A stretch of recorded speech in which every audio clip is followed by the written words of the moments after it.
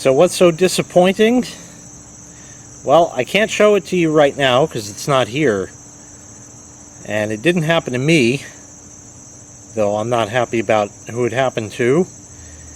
Longtime viewers of my channel may remember that approximately 5 years ago, XJO81X had a Rheem central air conditioner installed at his house.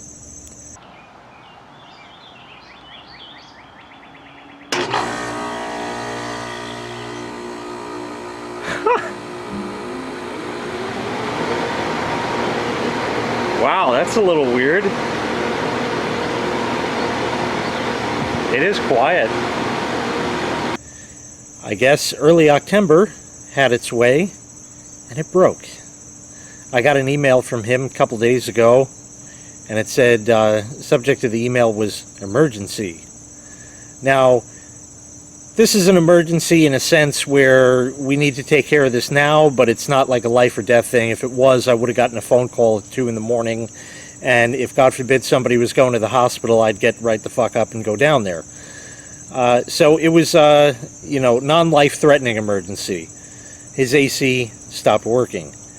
He told me that nothing was really working right. The air handler wasn't running. The fan outside on the condenser wasn't running, but the compressor was, and So anyway, I went over there.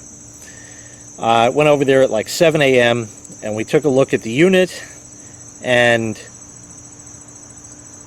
I went to the thermostat and I put the switch on it from auto over to on, and the air handler came on. So that was working fine, and it shut off okay. So then we went over to cool mode and tried that, and the compressor started and the fan did not. So what's the most likely culprit? Capacitor, right? Okay, well, the HVAC industry has this shit all sewed up. You're fucked no matter what. It's costing you money, and that's that. What happened was we opened up the panel on there. There's the capacitor. And you can't just go to a store and buy this. In fact, the company that installed the whole system for him won't sell him one over the counter. That's not to say you can't get them. You can buy this stuff online, of course, but this has to be done now. So we finally found a place about 10, 12 miles out or so. We take a ride out there. They were wearing dark blouses there, so they didn't have the capacitor that we needed, even though called ahead and they said they did. And anyway, fortunately there was another location of theirs 2 more miles or so down the road, so we took a ride out there after they called and verified for sure that they physically have one, and we went over there, and for the tune of $7 we got a capacitor, and big deal, right? We'll go back, pop it in, and everything will work. Nope. We got back, we put the capacitor in. Now, inside the unit is the contactor, and there's sort of, Joe called it a button, but it's not really a button. It's just like the top part, which is plastic that you can press on, and we put the capacitor in, pressed on that, held it, and the compressor started. This is obviously just for a test, so we're not worried about the air handler. Compressor started, fan still didn't run. But there was something odd about this capacitor. Most of these systems use a split capacitor where there are 3 terminals, a common, a fan, and a Rheem. This didn't. This had 2 terminals on it, and that was it.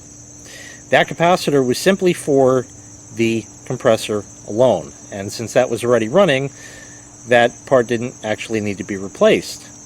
So is there a separate fan capacitor? Well, according to the wiring diagram in the unit, yes there is, and we looked all over for it, and it wasn't there.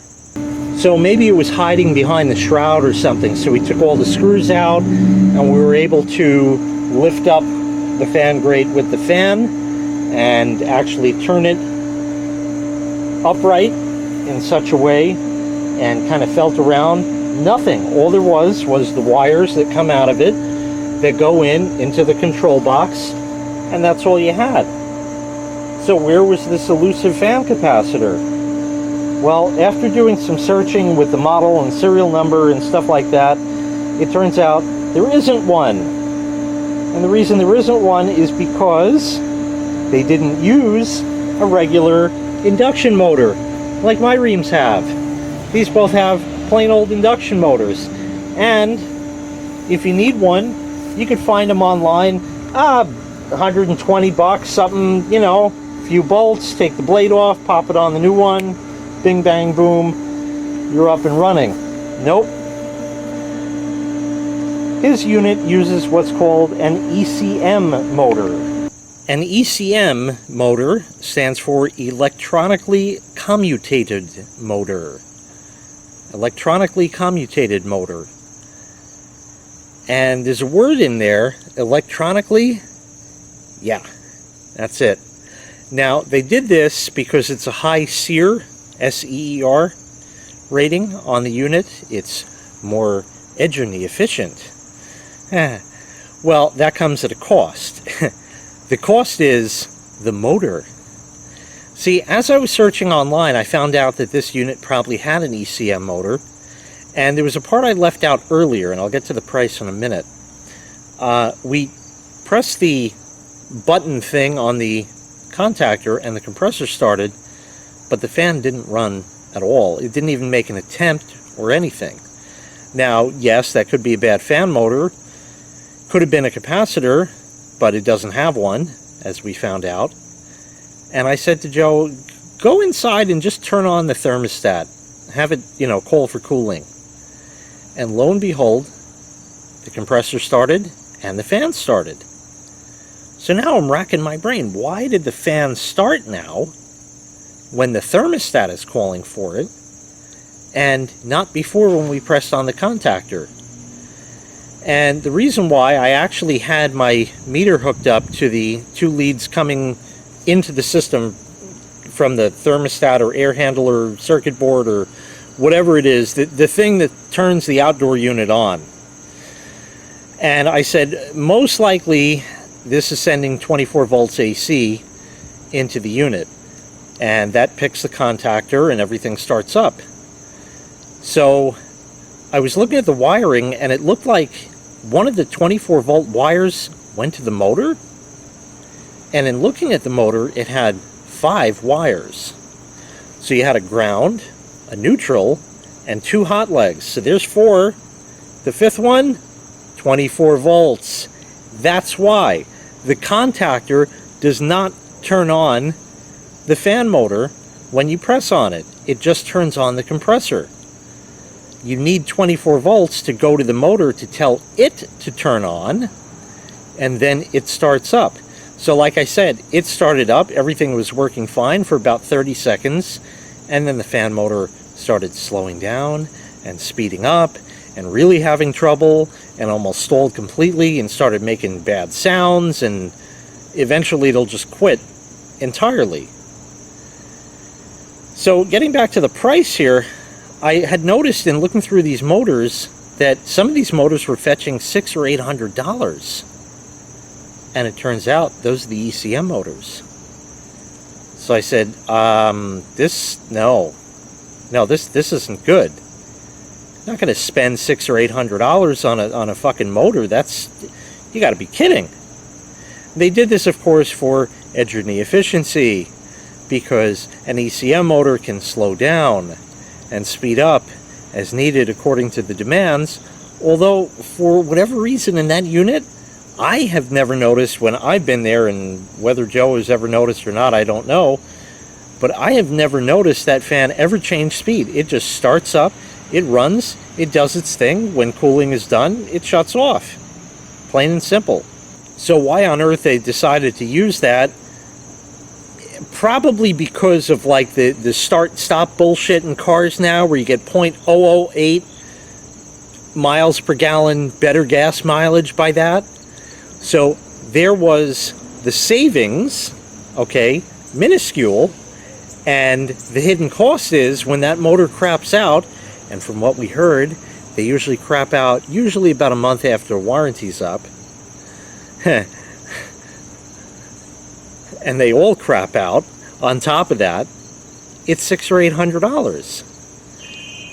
Oh, there's the bell. I might be going over there right now. One guy, the Lewis guy, which his name did not match his tone. I thought he would have been like Italian. He sounded like a raspy 40-year-old. It's like, yeah, Lewis. Yeah, Lewis. Said, I got a thing and a pudding pop. That's great there. What about it? I said, how much? He goes, I could do it today. $375. 17 minutes later. Anyways, I don't remember what the hell I was saying at this point, but basically, we did a little more research and legwork and found out, hey, the system is under warranty. It was put in 5 years ago. It's got a 10-year warranty, and we even spoke to somebody at Rheem, and they verified the warranty, everything. Yes, 10 years, parts only, does not cover labor or refrigerant. Fine. We don't need to deal with refrigerant because the sealed system is perfectly fine and the compressor runs. So it's just a fan motor. So what's the big deal? Well, even if we wanted to get a fan motor and just do this job, because I'll get into the hell of what's going on right now in a minute, even if we wanted to do that, you can't buy this motor. You certainly can't buy it under warranty, and you can't even walk into a place out of warranty and buy it. You have to be a licensed HVAC person in order to be able to buy this thing. It's fucking ridiculous. They have this business all sewed up. Your AC goes out, you're fucked. Doesn't matter if it's under warranty. Now, yeah, I mean, if they just put the system in 2 days ago and the fucking fan motor crapped out, that's going to have to be on them. That's just not right. You know, I mean, they probably give a 30-day window or something. Most companies, something like that, you know. But, you know, it's been 5 years. But even so. So, we called around, and finally, we got a guy on the phone. And this was all supposed to happen yesterday. We got a guy on the phone, and he said, oh, you got one of those with the ECM motor. Those things fail all the time. I do 3 of those a week. He says, you know what I do with those? What? He called it a rescue motor. Basically, an old system that crapped out, he saves the old induction motors from that, puts a capacitor on that, and just wires that into the system instead of the ECM motor, and you're all set. He said every one of those ECM motors fail, and usually right outside the warranty. So you got lucky it's even in warranty. So with this warranty, Joe must have called 8 or 10 places, and 8 of the 10 said, oh, for the warranty? Yeah, you got to go there with me and put it on your credit card, $800, and then after the paperwork goes through, you get reimbursed. I said, huh? The fuck kind of warranty shit is that? That doesn't fly. Back in the day when I worked at Tiny Middle, somebody brought a laptop in under manufacturer's warranty. It had a bad motherboard, and some of these boards could be fetching $700 or $800 easily, sometimes even more. We ordered the board. If it was deemed bad, we ordered a new one. They sent us a new one. We sent the old one back. We got reimbursed. It's that simple. And then they paid us for our labor in fixing the machine at some sort of cut rate discount that they worked out previously or something. Anyway, the customer was never stuck for the price of the part unless they physically broke the thing. If they spilled pink lemonade or milk or beer or threw up on the laptop, yes, all of these have happened, then they're stuck paying for the board. And occasionally somebody would pay $600 or $700 for that. And it was a lot of money, and they knew they fucked up, and that was that. But this is a cut and dry. This shit just failed. You know, is there liquid damage? Sure, it got rained on and snowed on. It's supposed to. It's an outdoor unit, you know. But it's not. That's not that. The motor just died, and that's it. So we had this all set for this guy yesterday. He was not only going to swap in a plain old induction motor and wire that in, but he was also going to get a replacement ECM motor under warranty at no cost and give it to Joe, so that way if this happened, again and that induction motor failed for whatever reason, you know, the ECM motor could be put in at least as a stopgap measure or something, and then everything would be fine. Well, the guy was a no-call, no-show. So today it was back to the drawing board, and we have a 1 to 4 window with this guy who is just going to replace the ECM motor under warranty with another ECM motor, and everybody crosses their fingers and that's it.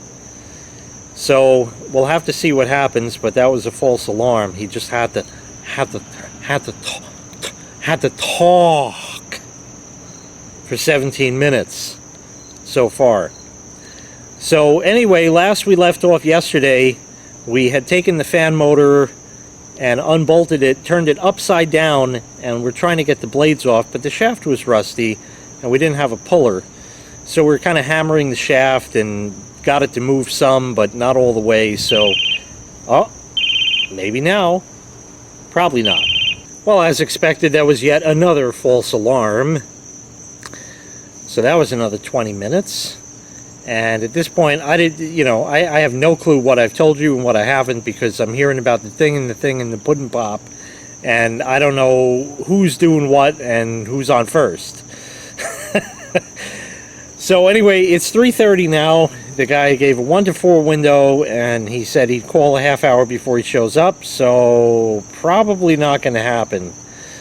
And right now, at this very moment, it looks like Joe's just going to call the original installation company, which is a big corporation instead of these little mom and pop type guys, and just pay what the fuck they ask.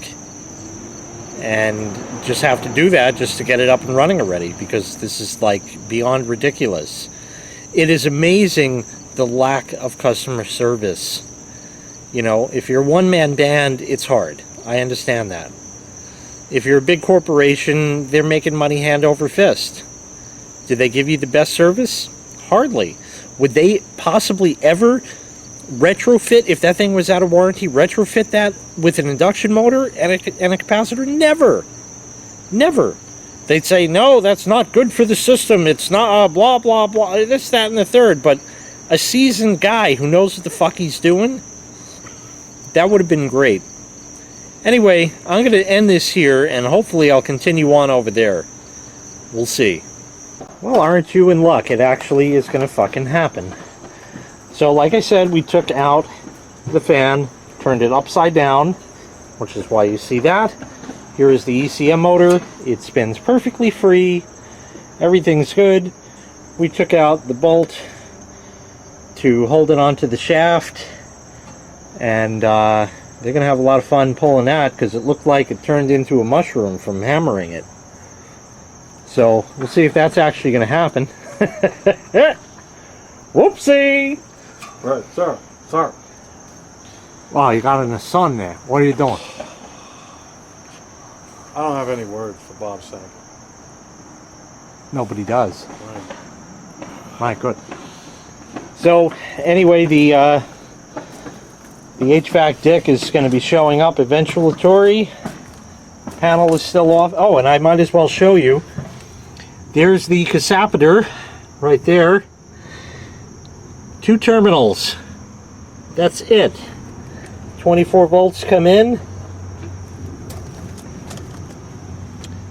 And the brown wire jumps to the blue wire, goes in this mess through there, and surprise, surprise, there it is. So when 24 volts gets here, these two are together, so it's jumped automatically to that, and it's an ECM motor, and there are your 5 wires. So that's the story, and we're just waiting for the dick to show. Let me show you the diagram in the meantime. That round thing says SC for start capacitor, but there's also an RC, run capacitor, which is right there. Where is it? It doesn't exist. It doesn't exist. So it's a 16 SEER apparently, and it has R410A, and I guess I'll give you the label while I'm at it. So here's all the information that you would ever want to know. Blah, blah, blah. It's all there. It's under warranty. And they're putting in another ECM motor. So the AC dicks are here. They took the fan motor out and could not get the blades off. So yeah, they're working on that on the truck right now. You might hear them hammering away out there. I don't know what's going on, but and the fun part is they just cut the fan motor wires. Here's the new one. I'm not gonna look. It looks like it has new connectors, so I guess they'll pull it all through and just color by color do that. Got some new scratches in there because they tried to do it up here, and that was smart. But whatever, it's not going to start rusting really. They paint them well at least. So, and here's a better look on the inside because it's open. A couple leaves, otherwise pretty clean, pretty good. 3.5 ton for those who don't remember. I'll put a link in the prescription with the original install of this and the first startup. And we'll wait for them to come back with the fan blades and put that on the new motor. I don't know if I could son of a bitch record them. We'll have to see. Oh, it's all back together without a fan at all. Yeah, this didn't end up working out. That fan blade was stuck on that motor and would not come off. Fortunately, the blade is also covered under warranty. And they're coming back tomorrow with a new motor and new blade. The system will be left on, so when they come back they'll just wire it all in and be done with it. As soon as they put the disconnect back in, it'll start up and run and they can be on their way. Joe's working tomorrow and I'm not available, so I don't unfortunately have a close to this. Such is, oh well, we tried. Thank you for watching. Make sure you hit like, make sure you hit subscribe, and at least it's fucking getting done. Take care. We'll see you next time. Bye-bye.